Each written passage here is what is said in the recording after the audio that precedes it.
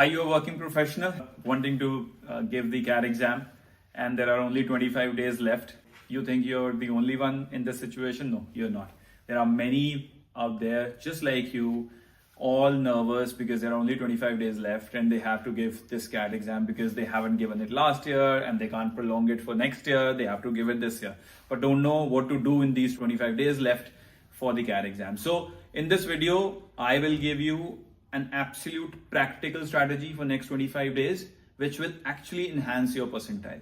सबसे पहले तो अपना mindset change करो.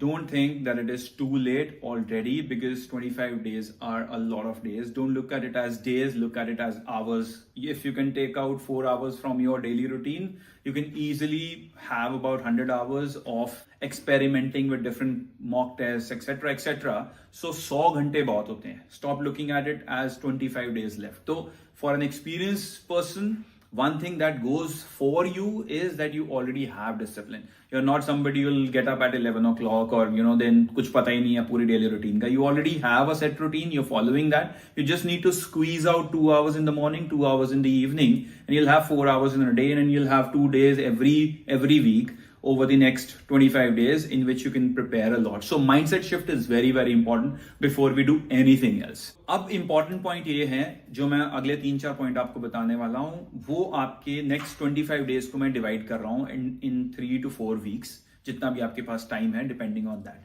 सबसे पहले Titan your basics.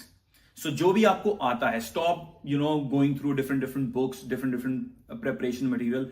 Look at full length test, mock test papers उठाओ. उसमें जो आप कर सकते हो अपने आप को, जो क्वेश्चन उसमें है वो क्वेश्चंस करो और उसके बियॉन्ड बुक्स में मत जाओ, बिकॉज जितना भी आप बुक्स उठा लोगे, जितना भी आप सिलेबस कर लोगे, that is not going to be enough. इसीलिए मैं इस टाइम पे आपको बोल रहा हूं 25 डेज में जस्ट डू 25 मॉक टेस्ट, और उसमें जो क्वेश्चंस आप कर लेते हो टेस्ट देने वक्त 2 घंटे में, दैट इज गुड. जो नहीं आप कर पाते हो उसको ही अपना सिलेबस मानो और उसी को करो.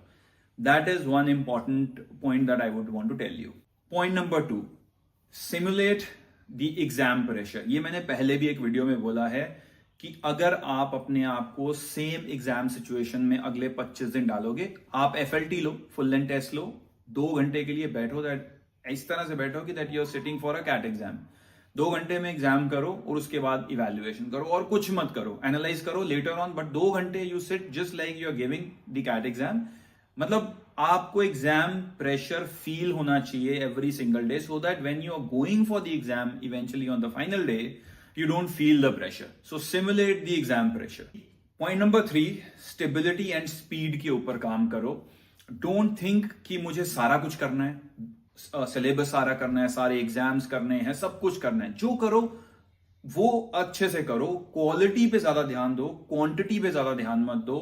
जो भी अगर कर रहे हो क्वेश्चंस, उसमें अपने आप को मेजर करो कि अगर मैंने ये सेक्शन किया है मैं 40 मिनट इस पे लगा रहा हूं, अगर मैंने इंग्लिश का सेक्शन किया तो मैं 40 मिनट इस पे लगा रहा हूं. उस एनालिसिस के ऊपर जाओ, अपनी स्पीड को इंप्रूव करो और थोड़ी सी स्टेबिलिटी लेकर आओ. फॉर एन एग्जांपल, अगर आप कोई चीज के ऊपर आप काम कर रहे हो या कोई सेक्शन के ऊपर आप काम कर रहे हो, उसमें आपका टाइम ज्यादा लग जा रहा है, तो उसको बैलेंस आउट करना बहुत जरूरी है. मॉक टेस्ट में ये आप कर सकते हो, बिकॉज आप जब, जैसे मैंने पॉइंट 2 में बोला कि आप अपने आप को जब सिमुलेट करोगे तो ये एनालिसिस उसमें से भी निकल के आएंगे. तो अपनी स्पीड पे काम करो, एक्यूरेसी पे काम करो, जो कर रहे हो उसके सही आंसर जरूर निकालो, कि जो भी एफर्ट मार रहे हो उसका कुछ ना कुछ रिजल्ट आना चाहिए, कुछ ना कुछ वो स्कोर जो है इवेंचुअली ऐड होना चाहिए आपके ओवरऑल कैट स्कोर के अंदर.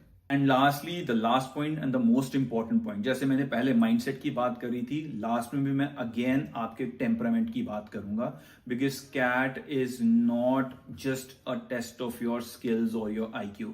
It is a test of your temperament.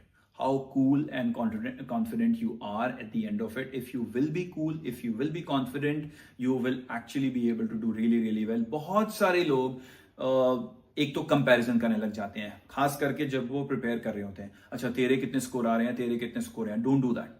अपनी गेम खुद खेलो. Don't look at somebody else.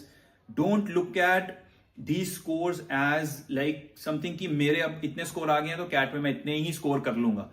दोनों तरफ जा सकता है, ये ऊपर भी जा सकता है. मॉक में अगर आपके 80% आ रहे हैं, ये 90 भी हो सकते हैं कैट वाले दिन, और ये 60 भी हो सकते हैं, 40 भी हो सकते हैं. और ये लाइव एग्जांपल्स आप अपने सीनियर से पूछेंगे, आपको पता लग जाएगा. in the past 15-16 years that I have been kind of guiding CAT aspirants, I have seen that 90 percentile वाला बच्चा 80 percentile भी नहीं ला पाता eventual CAT पे, और 70 वाला eventually 85-90 भी लाता. So that is very much possible. So mock tests are for preparation. They don't set a benchmark for you. So उसके ऊपर भी जा सकते हो, उसके नीचे भी जा सकते हो. And one last thing that I want to tell everyone is, मैंने पहले भी अपनी वीडियोस में बोला है कि लास्ट 2-3 दिन कुछ मत करो. So इमेजिन आपका 30th नवंबर को तो आपका एग्जाम है ही है. सो 29th को don't do anything. Just be cool, just be confident, and you know manifested कि आप कैट में जा रहे हो, कैट एग्जाम में जा रहे हो, and then you are really really rocking it. So best of luck to all of you. I am sure all of you will do really really well. But in case फिर भी कुछ questions हैं, कोई ऐसी strategy है जो आप adopt कर रहे हो और बाकियों को हेल्प कर सकती है, कमेंट सेक्शन में जाकर कमेंट डालो. अगर सब्सक्राइब नहीं किया तो प्लीज सब्सक्राइब भी करो. Thank you very much.